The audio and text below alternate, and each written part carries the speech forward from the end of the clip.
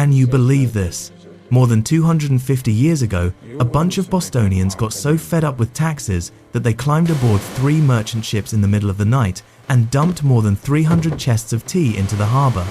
This wasn't a food safety inspection. And no, the tea wasn't having a buy none dump everything clearance sale. This was the famous Boston Tea Party. Our story begins in 1773. At the time, the 13 American colonies were still part of the British Empire. Britain had just finished fighting an expensive war and was buried under a mountain of debt. So, the British government looked across the Atlantic and thought, hey, we protected you guys. Kicking in a little cash seems fair, right?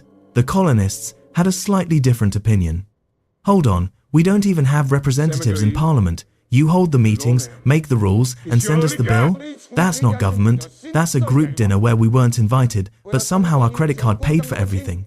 And that's how the famous slogan became popular. No taxation without representation. Then Britain passed the Tea Act. The law allowed the British East India Company to sell tea directly to the colonies.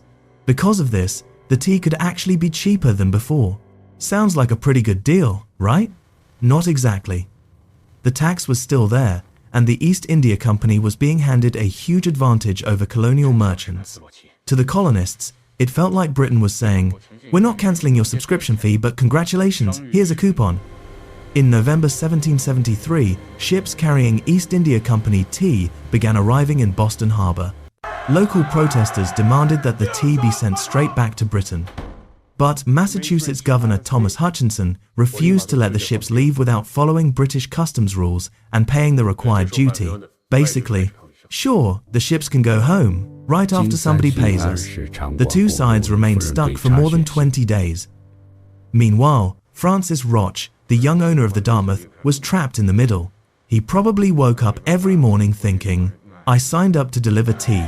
How did this turn into an international political crisis? On December 16, thousands of people gathered at Boston's Old South Meeting House.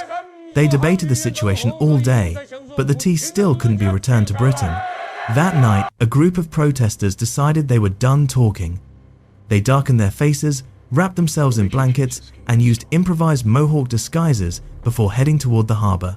This was not a costume party. The disguises helped conceal their identities, while also sending a message that their loyalty was to America, not Britain. The protesters boarded 3 ships, the Dartmouth, the Eleanor, and the Beaver.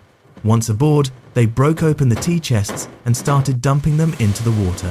1 chest, 2 chests, 10 chests. They kept going until all 342 chests, roughly 45 tons of tea, were floating in Boston Harbor. That night, Boston Harbor officially became the largest cup of tea in the world. No milk, no sugar, and absolutely terrible service. What's interesting is that the protest was surprisingly organized. The men focused on destroying the tea. There was no major looting, and when the job was finished, they even cleaned the ship decks. The message was basically, we're here to protest, not stock our kitchen cabinets. When the news reached Britain, the government was furious. Backed by King George III, Parliament punished Boston through a series of harsh laws. Boston Harbor was closed, and Massachusetts lost much of its political independence.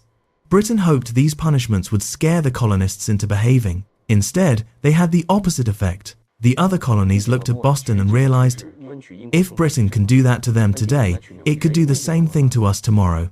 The colonies began working together. Less than 2 years later, the first battles of the American Revolution were fought at Lexington and Concord. So the Boston Tea Party wasn't really important because of how much tea was destroyed. It mattered because a fight over taxes and trade became a public challenge to British rule. History can be strange like that.